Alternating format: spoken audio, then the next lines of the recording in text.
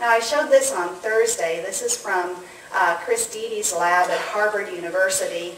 It's a virtual environment for multiple users called River City. And I don't know how well you can see it. It's like Second Life in that you're moving through this computer-based environment. This is an 18th century industrial city, and it's intended to be at the time when scientists were just beginning to understand the role of bacteria in creating disease. It's supposed to teach concepts from biology, ecology, and epidemiology.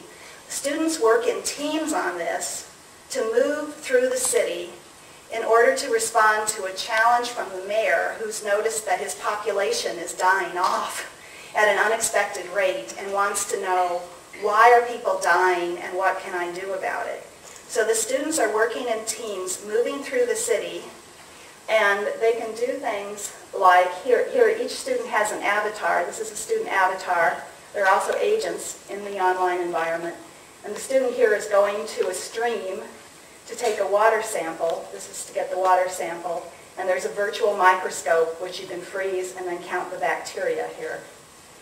So teams keep online journals, they analyze data, they form hypotheses about what's happening, they write up a report for the mayor in the context of this virtual task. And researchers use that information, which is automatically captured by the system, and to the students it just feels like, you know, we're doing exciting investigation in River City. But from that, a formative assessment of science concept knowledge, inquiry skills, and the student's sense of power or efficacy as a scientist are captured from the River City data, because they know where each student went, who the student communicated with, what they said, what tests they activated when, what databases they used. They have notations from the virtual notebook, and they know what hints the learner requested. So all of that can be used for assessment.